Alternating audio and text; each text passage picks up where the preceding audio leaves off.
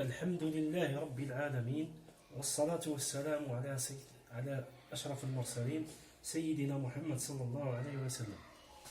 Dans le cadre de la formation du Master 1 en électrotechnique, option machine électrique, Université de Sougaras, et après avoir entamé le premier chapitre qui est la modélisation de la machine en synchrone, dans ce deuxième chapitre, on va entamer la modélisation des machines synchrones.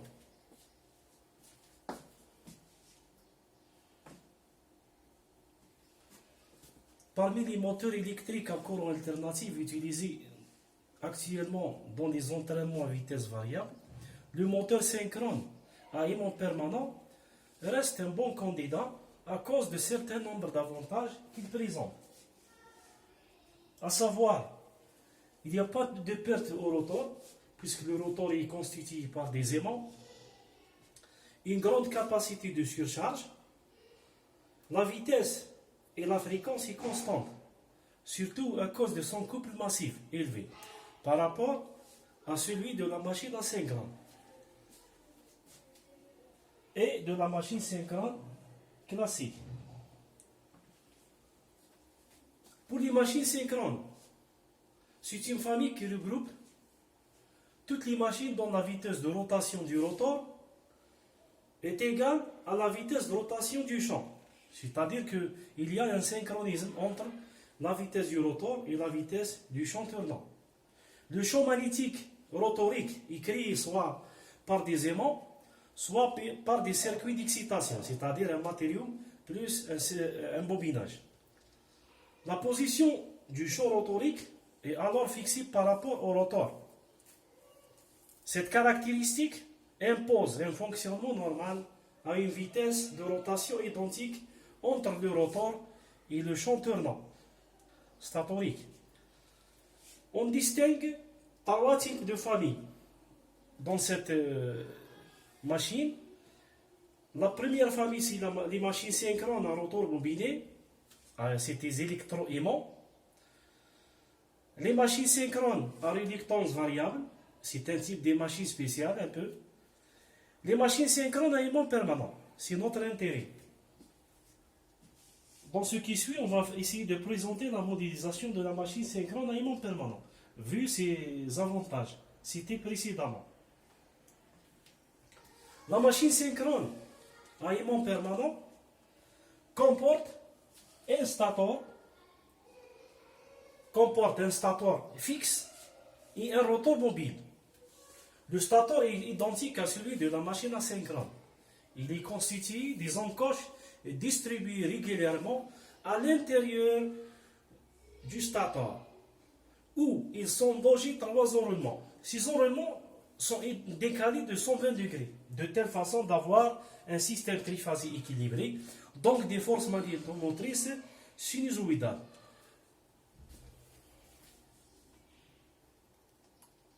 Les phases du stator sont alimentées par un réseau triphasé, c'est-à-dire la vitesse, la fréquence et l'amplitude sont constantes, ou par un onduleur de tension ou de courant,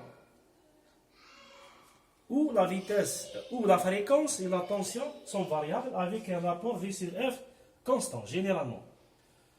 Selon le rotor, il existe plusieurs sortes de machines synchrones à aimant permanent. Voir la figure ci-dessous. Donc le rotor, on distingue plusieurs types du rotor, à savoir la constitution interne. Donc cette figure présente les aimants utilisés dans le rotor. La première structure, c'est la structure sans pièces polaires. Cette structure regroupe deux types de familles. C'est la constitution où on a obtenu une aimantation radiale, c'est-à-dire les aimants sont placés de telle façon que les lignes de champ sont radiales. Voilà les aimants. Donc les lignes de champ traversent le rotor radialement. La deuxième structure, c'est l'aimantation tangentielle. Les aimants sont placés de telle façon à avoir une aimantation tangentielle. Les aimants utilisés dans ce type de machine, c'est des alnico, c'est-à-dire des alliages qui comportent l'aluminium, nickel, cobalt ou le ferrite.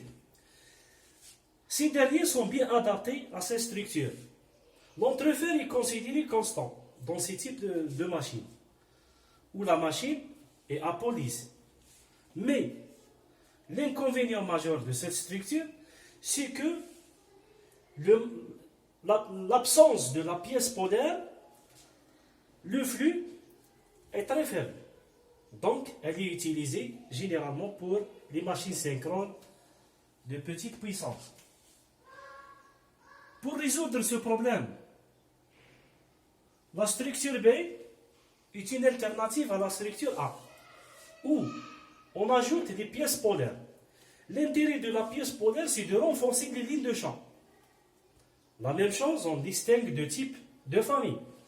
La première famille, c'est l'aimantation radiale, où les aimants sont placés de telle façon à obtenir une aimantation radiale.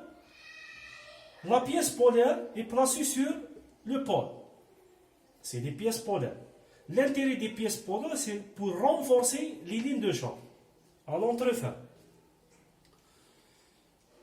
La deuxième structure, c'est à aimantation tangentielle, où les aimants sont placés de telle façon à obtenir une aimantation tangentielle. Chaque deux aimants sont séparés par une pièce polaire. Cette structure de machine présente un couple massif élevé.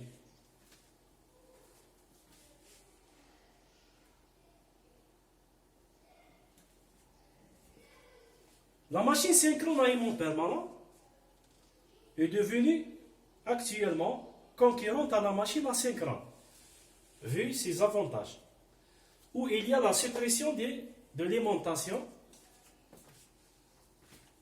il y a la suppression de l'alimentation du rotor. C'est-à-dire qu'il n'y a pas de perte au niveau du rotor.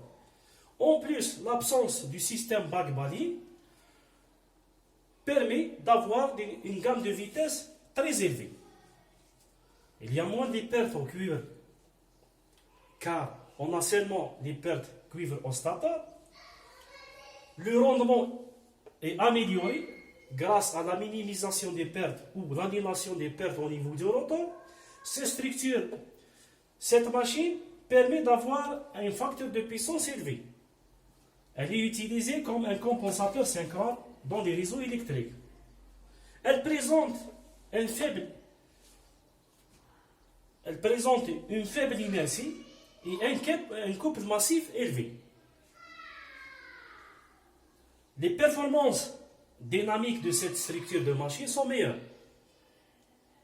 C'est l'intérêt du module commande électrique. On va voir des performances dynamiques qui regroupent les temps de réponse, les poursuites de vitesse et ainsi le régime de perturbation. Grâce à la suppression du système back-body, la construction de cette machine est plus simple. Donc la maintenance est plus simple. Il n'y a pas d'échauffement au niveau du rotor. Absence des pertes Joule au niveau rotor. Donc on n'a pas besoin d'insérer des moteurs pour faire la ventilation dans les locomotives de traction électrique.